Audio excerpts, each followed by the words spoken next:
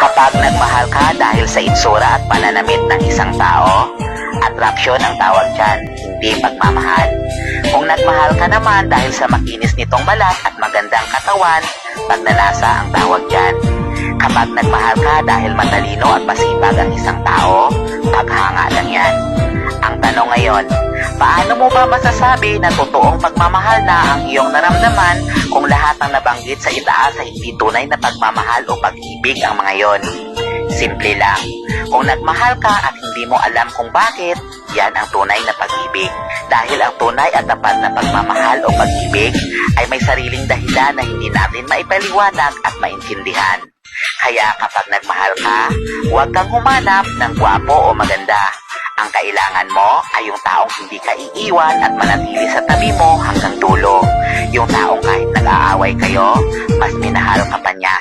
Tandaan mo, mahirap maghanap ng taong nagmamahal ng sobra. Kaya kung nasa tabi mo na siya, huwag mo nang hayaang mawala pa. Dahil madali man ang maghanap ng taong nagmamahal, pero hindi lahat nagtatagal. Kaya ingat pag nagmahal ka. At kung gusto mo ng mga video tulad nito, follow mo ako. God bless!